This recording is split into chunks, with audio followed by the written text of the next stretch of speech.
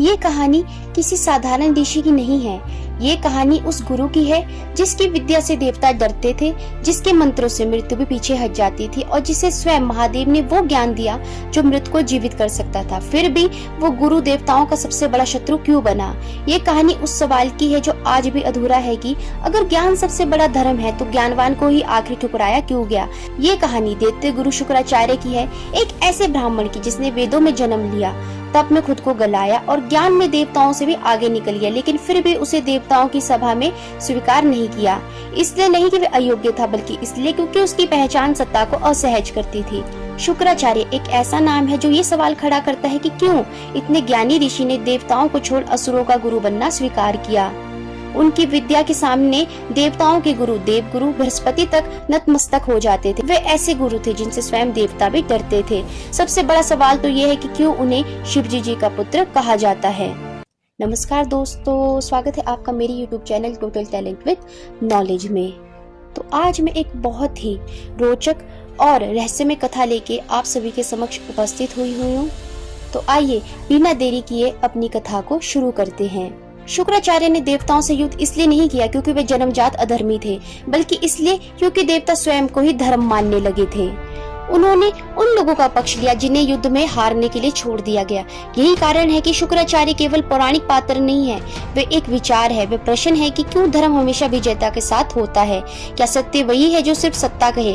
शुक्राचार्य की कहानी में देव है, असुर है, शिव है, इंद्र है, प्रेम है, मोह है, मृत्यु है और पुनर्जन्म है, लेकिन सबसे ऊपर एक गुरु जो सब कुछ जानते हुए भी सबसे कठिन सत्य से हार गया। यही कारण है कि शुक्राचार्य की कहानी आज भी जिंदा है। आइए इस कहानी की हम शुरुआत करें। शुक्राचार्य का जन्म किसी दैत्य लोक में नहीं हुआ था, ना उनका बचपन किसी हिंसा में बीता और ना अधर्म में। वे महर्षि भृगु के पुत्र थे, वही भृगु जिन्हें सप्तऋषियों में स्थान मिला, जिनका नाम वेद, यज्ञ और ब्रह्म ज्ञान की परंपरा से जुड़ा है। उनकी माता काव्या थी, जिन्हें काव्य माता या ख्याति भी कहा जाता है। ये एक ऐसा ब्राह्मण परिवार था जहाँ धन का कोई महत्व नहीं था। तप, संयम और विद्या ही जीवन का केंद्र था। इन दोनों के संयोग से जन्मे उष्णा, जो आगे चलकर शुक्राचार्य के नाम से प्रसिद्ध हुए। उनका जन्म श्रावण मास की अष्टमी तिथि को हुआ था। बचपन से ही उन्होंने अपने पिता से आशीर्वाद लेकर अंगिरस ऋषि के आश्रम की ओर प्रस्थान किया। अंगिरस ऋषि का आश्रम उस युग का सबसे प्रतिष्ठित स्थान था। यहाँ स्वर्ग और पृथ्वी के बीच का ज्ञान एक सूत्र में बंधा था, जहाँ देवता, ऋषि पुत्र और मुनि अपने अपने ज्ञान के मार्ग पर साधना करते थे। इन्हीं विद्यार्थियों में दो नाम सबसे तेजस्वी माने जाते थे। एक थे अंगिरस के पुत्र बृहस्पति और दूसरे थे भृगु पुत्र उष्णा। दोनों में अद्भुत प्रतिभा थी। दोनों के मन में धर्म और ज्ञान के प्रति अगाध निष्ठा थी। ये दोनों आपस में प्रतियोगी थे, लेकिन बैरी नहीं थे। दोनों धर्म में विश्वास रखते थे, लेकिन अंतर साफ था। उष्णा विषयों को गहराई से समझते थे। नीति, तर्क और रणनीति में उनकी पकड़ असाधारण थी। बृहस्पति भी विद्वान थे, पर उष्णा की तुलना में थोड़े धीमे थे। यही अंतर धीरे धीरे उष्णा के भीतर एक टीस बन गया, क्योंकि उन्हें महसूस होने लगा कि ज्ञान में आगे होने के बावजूद उन्हें वह सम्मान नहीं मिल रहा जो बृहस्पति को मिल रहा था। उष्णा ने देखा कि गुरु अंगिरस अपने पुत्र बृहस्पति के प्रति स्वाभाविक झुकाव रखते थे। ये झुकाव जानबूझकर किया गया पक्षपात नहीं था, लेकिन एक प्रतिभाशाली शिष्य के लिए इतना काफी होता है कि वह स्वयं को उपेक्षित महसूस करे। सम्मान हर बार केवल शब्दों से नहीं, व्यवहार से भी झलकता है, और यही व्यवहार उष्णा के मन में प्रश्न बनकर उभरने लगा। एक दिन उष्णा ने साहस कर वो प्रश्न पूछ लिया कि गुरुदेव, जब विद्या में मैं भी समान हूँ तो फिर सम्मान में अंतर क्यों?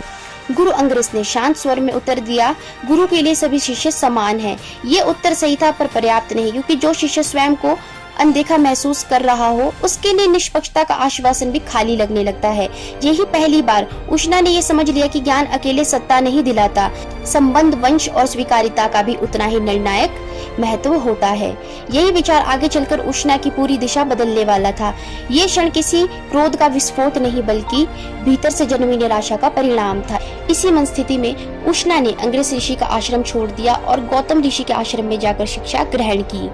वहां उन्होंने केवल वेद नहीं पढ़े, बल्कि तंत्र, औषधि, राजनीति और व्यवहारिक नीति का भी गहन अध्ययन किया। वे रणनीतिक सोच वाले आचार्य बन चुके थे। इसी दौरान उनके भीतर एक इच्छा प्रबल होने लगी, देवताओं के गुरु बनने की इच्छा। उन्हें लगता था कि यदि देवता उनके ज्ञान को स्वीकार कर ले तो धर्म और सत्ता दोनों संतुलित हो सकती हैं। इसी उम्मीद के साथ वे इंद्रलोक पहुंचे। वहां बृहस्पति भी मौजूद थे। अब सब देवता दुविधा में थे कि किसे देवगुरु बनाया जाए।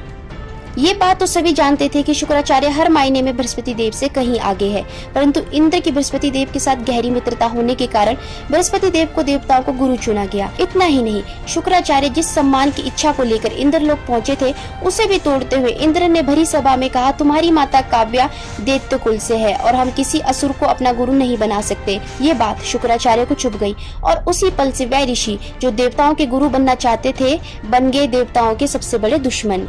शुक्राचार्य पाताल लोक की ओर चल पड़े। महादेवों ने उन्हें वह इज्जत दी जिसकी उन्हें चाह थी और वहीं पर उष्णा समाप्त हो गए और यहीं से जन्म होता है दैत्य गुरु शुक्राचार्य का। उन्होंने दैत्यराज से कहा, देवताओं ने मेरे ज्ञान का अपमान किया है, अब वही ज्ञान उनके अभिमान को तोड़ेगा। यहीं से उन्होंने अपनी प्रतिज्ञा ली, मैं उन सबकी सहायता करूंगा जिन्हें देवताओं ने अन्याय पूर्वक दबाया है। मैं धर्म के नाम पर चल रही सत्ता को चुनौती दूंगा और उसी क्षण से उनका नाम बन गया दैत्य गुरु शुक्राचार्य। शुक्राचार्य के मार्गदर्शन में दैत्यराज बलि, हिरण्यकशिपु, प्रहलाद और अनेक योद्धा ऐसे बने जिन्होंने देवताओं तक को चिंतित कर दिया। उन्होंने असुरों को हर विद्या सिखाई, अस्त्र शस्त्र का ज्ञान दिया, जिससे असुर देवताओं से कहीं अधिक शक्तिशाली होने लगे। लेकिन फिर भी जब भी देवता और असुरों के बीच कोई युद्ध होता, देवता ही जीतते, क्योंकि उनके पास वह अमृत था जो समुद्र मंथन से निकला था और विष्णु भगवान ने मोहिनी रूप धारण कर चतुराई से वह अमृत देवताओं में बांट दिया, जिसके कारण वह मारे जाने के बाद भी फिर से जीवित हो जाते। ये देखकर असुर भयभीत होने लगे और उसी क्षण शुक्राचार्य ने यह विद्या सीखने की ठानी जिससे मृत भी पुनर्जीवित हो जाए, और उस विद्या का नाम था संजीवनी विद्या, जो उन्हें केवल शिव ही सिखा सकते थे। और इसी ने उन्हें प्रेरित किया एक ऐसी असाधारण तपस्या के लिए जिसने इंद्रलोक तक को प्रभावित कर दिया। कहा जाता है कि शुक्राचार्य एक विशाल वृक्ष की शाखा में उल्टा लटक कर नीचे प्रज्वलित हवन कुंड के धुएं को श्वास के रूप में धारण करते हुए हजारों वर्ष तक तपस्या में लीन रहे। उनके तप का तेज इतना प्रबल हुआ कि उसकी आवाज देवलोक तक पहुंच गई। स्वर्ग में बैठे इंद्र को जब ये पता चला कि दैत्य गुरु संजीवनी विद्या प्राप्त करने के लिए साधना कर रहे हैं तो वह भयभीत हो उठे। उन्होंने सोचा, यदि शुक्राचार्य यह विद्या प्राप्त कर लेंगे तो देवताओं की सत्ता समाप्त हो जाएगी। भय के कारण इंद्र ने अपनी पूरी शक्ति लगा दी इस तपस्या को भंग करने में। पहले उन्होंने मृदु हवाएं भेजी, फिर प्रचंड तूफान और अंत में अपनी अप्सराओं को भेजा, परंतु शुक्राचार्य का ध्यान अटूट था। उन्होंने अपनी आंखें तक नहीं खोली, जिससे इंद्र की चिंता बढ़ गई। अंततः इंद्र ने स्वयं अपनी पुत्री जयंती को आदेश दिया कि जाओ, किसी भी उपाय से उसकी तपस्या भंग करो। यदि वह सफल हो गया तो हम सबका अंत निश्चित है। जयंती सौंदर्य और बुद्धि दोनों में अद्वितीय थी। वह धरती पर उतरी और उस तपस्वी के सामने आकर खड़ी हुई। उसने अपने सारे आकर्षणों का प्रयोग किया, पर शुक्राचार्य की एकाग्रता अडिग रही, जिसके बाद जयंती ने शुक्राचार्य के नीचे जल रही अग्नि पर विषैले पदार्थों को मिला दिया। जैसे ही उसका धुआं शुक्राचार्य के शरीर में गया, उनके शरीर के विभिन्न अंगों से खून बहने लगा, परंतु उन्होंने अपनी तपस्या नहीं रोकी। ये सब देखकर जयंती को अपनी गलती का एहसास हुआ और वह वहां से लौट गई और शुक्राचार्य अपनी तपस्या में लीन रहे। अंततः हजारों वर्षों की कठिन तपस्या के बाद शिवजी जी उनकी साधना से प्रसन्न होकर उनके सामने प्रकट हुए और कहा, हे भृगुपुत्र, मैं तुम्हारी तपस्या से प्रसन्न हूँ, मांगो क्या वर मांगते हो। तब शुक्राचार्य ने शिवजी जी से संजीवनी विद्या सिखाने की प्रार्थना की। शिवजी जी ने उन्हें संजीवनी विद्या सिखाई और साथ ही चेतावनी दी, शुक्राचार्य, इस विद्या का दुरुपयोग मत करना। शुक्राचार्य ने श्रद्धा से सिर झुकाकर वचन दिया, प्रभु, मैं इस ज्ञान का उपयोग केवल भलाई के लिए करूंगा। इसके बाद शिव अंतर्ध्यान हो गए। फिर इसके बाद ऐसा क्या हुआ कि भगवान शिव ने स्वयं शुक्राचार्य को निगल लिया और क्यों कहलाए शुक्राचार्य शिवजी जी के पुत्र। तो चलिए अब उस कथा को भी जान लेते हैं, लेकिन इससे पहले हम ये जान लेते हैं कि क्यों इंद्र की पुत्री जयंती ने इंद्र के सबसे बड़े दुश्मन शुक्राचार्य से विवाह किया। संजीवनी विद्या पाने के बाद शुक्राचार्य सिर्फ एक गुरु नहीं बल्कि असुरों के लिए वरदान बन गए थे और देवताओं के लिए एक अभिशाप। और इसी बीच इंद्र की बेटी जयंती ने शुक्राचार्य के सामने विवाह का प्रस्ताव रखा। पर आखिर ऐसा क्यों? दरअसल जब शुक्राचार्य संजीवनी विद्या पाने के लिए तप कर रहे थे, तब इंद्र के आदेश पर जयंती ने उनकी तपस्या भंग करने की कोशिश की, पर वे असफल रही और उसे अपनी गलती का एहसास हुआ। उस महान संत के लिए उसके मन में श्रद्धा और विनम्रता दोनों जाग गई और अपनी गलती का प्रायश्चित करने हेतु वे शुक्राचार्य के आश्रम में जा पहुंची और उनसे कहा, गुरुदेव, मुझे अपने किए पर पछतावा है और मैं चाहती हूँ कि यही आपके साथ रहकर आपकी सेवा करूँ, इसी से मेरे मन को शांति मिलेगी। शुक्राचार्य ने शुरू में तो मना किया, पर बाद में वह इसके लिए मान गए। अब जयंती आश्रम में रहकर आश्रम के कार्य करती और धीरे धीरे उसे शुक्राचार्य से प्रेम हो गया। उसने शुक्राचार्य के सामने विवाह का प्रस्ताव रखा। शुक्राचार्य ने पहले कहा, तुम देवपुत्री हो और मैं देवों का सबसे बड़ा शत्रु, इस कारण ये मिलन अनुचित है, परंतु जयंती के प्रेम और जिद के सामने वह हार गए और दोनों का विवाह संपन्न हुआ। ये तो हुई उनके मिलन की कहानी। अब चलिए हम जानते हैं कि क्यों शिवजी जी ने शुक्राचार्य को निगल लिया था। उस समय धरती पर भयानक युद्ध चल रहा था। असुरों और देवताओं के बीच घमासान जंग छिड़ी हुई थी और उस युद्ध के बीच बैठे थे दैत्य गुरु शुक्राचार्य, आंखें बंद और होठों पर संजीवनी मंत्र का जाप। वे युद्ध में मरे हुए हर असुर को पुनः जीवित कर देते थे। इधर असुर संजीवनी विद्या के बल पर पुनः जीवित हो रहे थे और उधर देवता जो अमृत के बल पर मृत्यु को प्राप्त नहीं हो रहे थे। ये चक्र अनंत काल तक चलने लगा, जिससे धरती का संतुलन बिगड़ने लगा। समय के साथ देवता कमजोर पड़ने लगे। तब सभी देव मिलकर शिवजी जी की शरण में गए और उन्हें सारी बात बताई। अपनी सिखाई हुई संजीवनी विद्या का इस प्रकार दुरुपयोग देखकर शिवजी जी क्रोध से भर गए और उन्होंने शुक्राचार्य से कहा, भृगुपुत्र, तुमने वह किया है जो किसी ऋषि को शोभा नहीं देता। मैं तुम्हें ये ज्ञान धर्म की रक्षा के लिए दिया था, लेकिन तुमने इसे अधर्म के सहायक के रूप में प्रयोग किया। मृत्यु सृष्टि का संतुलन है और तुमने उसे चुनौती दी है। ये सुनकर शुक्राचार्य भय से कांप उठे और कांपते हुए हाथों को जोड़कर बोला, हे प्रभु, मेरा उद्देश्य केवल असुरों को न्याय दिलाना था। देवता भी तो अमृत के बल पर अमर है, फिर मैं अपने शिष्यों को क्यों ना अमर बनाऊं? शुक्राचार्य की बात सुनकर शिव का क्रोध और बढ़ गया और उन्होंने कहा, अमृतता का अधिकार केवल धर्म को है, अहंकार को नहीं। और इतना कहते ही शिवजी जी ने अपना मुख खोला और शुक्राचार्य को निगल लिया। शुक्राचार्य शिव के पेट में अंधकार में डूब गए। वहां न कोई समय था, न दिशा, केवल मौन। वहीं शुक्राचार्य ने पहली बार ये समझा कि अन्याय से लड़ते लड़ते वे स्वयं व्यवस्था के लिए खतरा बन गए थे। इसके बाद शुक्राचार्य अनगिनत प्रयासों के बाद भी शिवजी जी के उदर से बाहर नहीं आ पाए। अंततः माता पार्वती के हस्तक्षेप से भगवान शिव शांत हुए और शिवजी जी ने उन्हें अपने शरीर से बाहर आने की अनुमति दी और शुक्राचार्य शिवजी जी के शरीर से शुक्राणु के रूप में बाहर आए। वह तभी से शिवपुत्र कहलाए। माना जाता है कि शुक्राणु के रूप में बाहर आने की वजह से उनका नाम शुक्राचार्य पड़ा और महादेव ने शुक्राचार्य को शुभ ग्रह का आशीर्वाद देते हुए नवग्रहों में शामिल कर दिया। इसके साथ ही शुक्राचार्य और भगवान विष्णु के बीच बैर की कथा भी बहुत रोचक और गहरी है।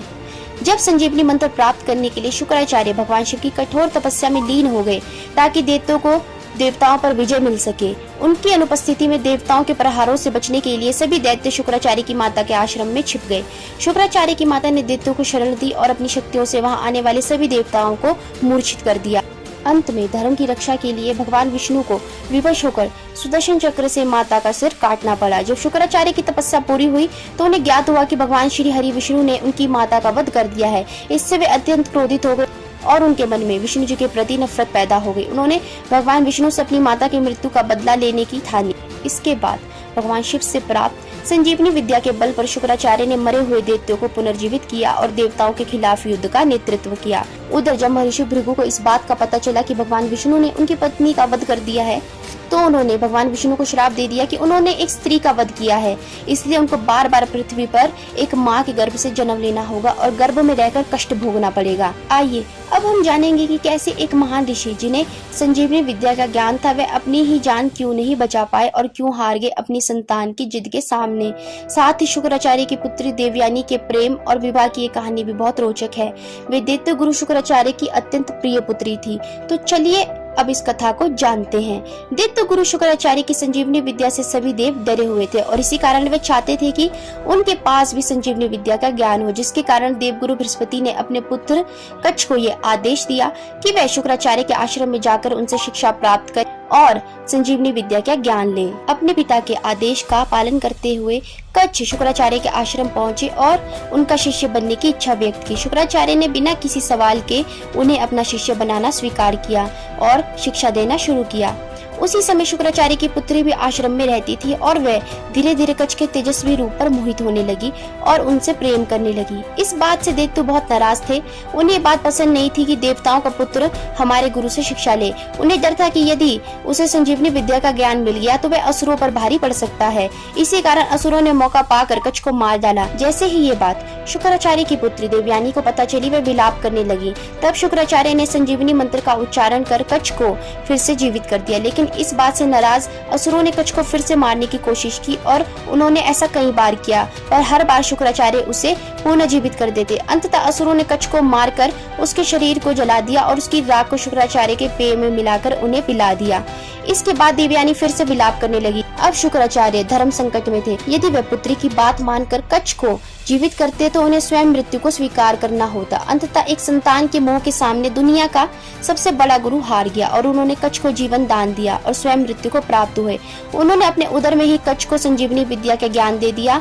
ज्ञान प्राप्त कर कच्छ वापस स्वर्गलोक की ओर जाने लगे। जब उन्होंने कच्छ को संजीवनी विद्या द्वारा पुनः जीवित किया तो कच्छ शुक्राचार्य के उदर को फाड़कर बाहर निकले। ज्ञान प्राप्त कर कच्छ वापस स्वर्ग लोक की ओर जाने लगे। तब देवयानी ने उनके सामने विवाह का प्रस्ताव रखा, पर कच्छ ने मना कर दिया और कहा, मैं तुम्हारे पिता के उदर से बाहर आया हूँ, जिसके कारण मैं उनका पुत्र हूँ और तुम उनकी पुत्री, तो कायदे से हम भाई बहन हुए, इसलिए ये विवाह धर्म के विरुद्ध होगा। ये सुनकर देवयानी क्रोध से भर गई और उसने कच्छ को श्राप दिया, जब भी तुम्हें इस विद्या की सबसे ज्यादा जरूरत होगी तुम इसे भूल जाओगे। इस अन्यायपूर्ण श्राप से आहत होकर कच्छ ने भी देवयानी को श्राप दिया कि उसका विवाह किसी भी ब्राह्मण से नहीं होगा। आगे चलकर देवयानी का विवाह कौरवों के पूर्वज राजा ययाति से हुआ।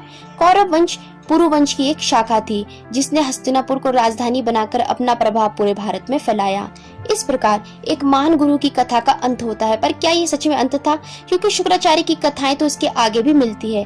दरअसल हुआ ये था कि शुक्राचार्य ने कच्छ को जीवन दान देने से पहले ही उसे संजीवनी विद्या का ज्ञान दे दिया था, और जब कच्छ उनके उदर से बाहर आया तो शुक्राचार्य की मृत्यु हो गई।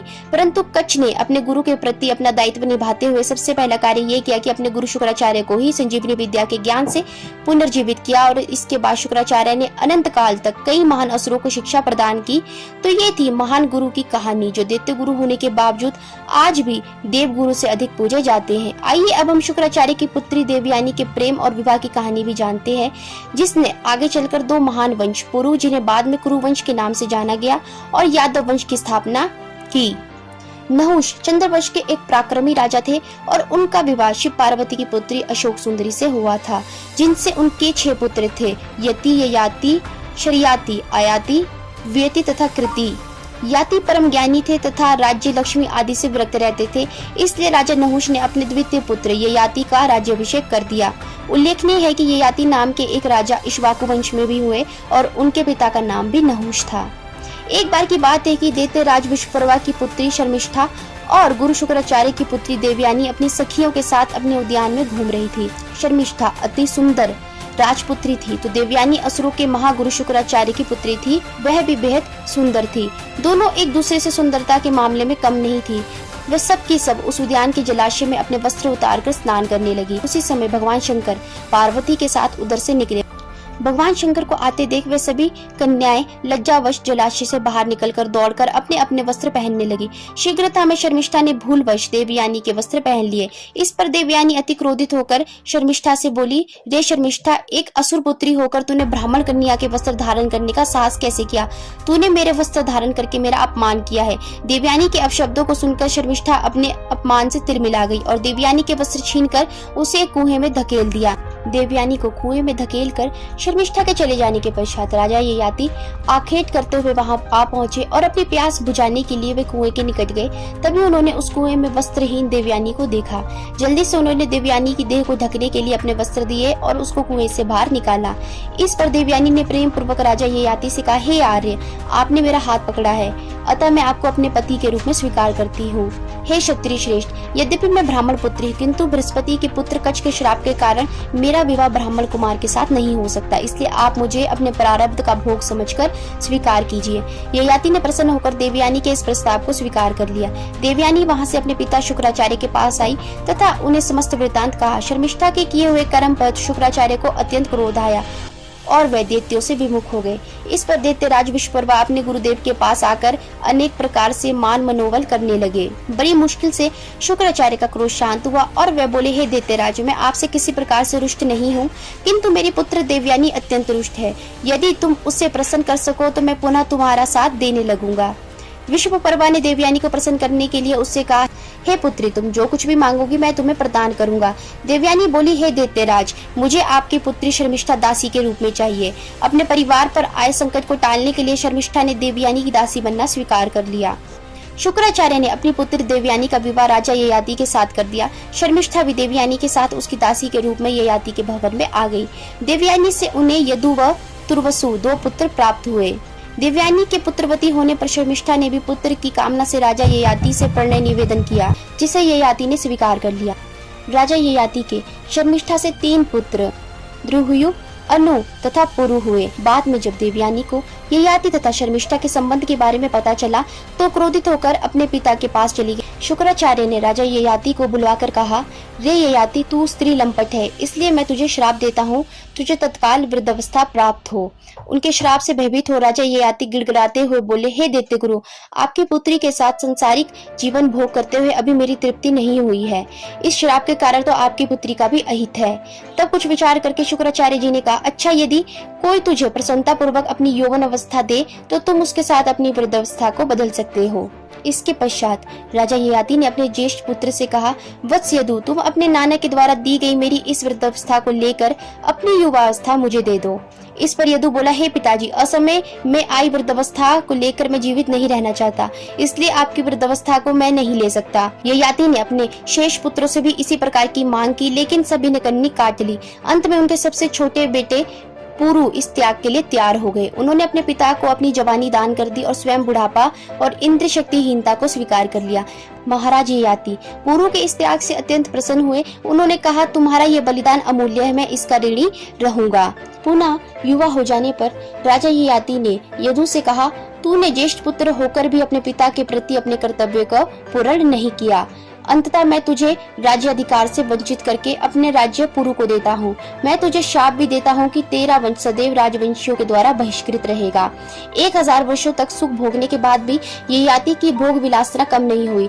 तब उन्होंने महसूस किया कि इच्छाएं भोगने से कभी शांत नहीं होती। अंततः ययाति ने पुरु को राज्य सौंप दिया और स्वयं वन में तपस्या करने चले गए। तो ये थी महान गुरु की कहानी, जो दैत्य गुरु होने के बावजूद आज भी देव गुरु से अधिक पूजे जाते हैं। तो मित्रों, आशा करती हूँ कि आज की हमारी इस वीडियो में दी गई जानकारी आपको पसंद आई होगी, और अगर आपको वीडियो पसंद आई होगी तो वीडियो को लाइक करके चैनल को सब्सक्राइब करके बेल आइकन को प्रेस कर दीजिएगा।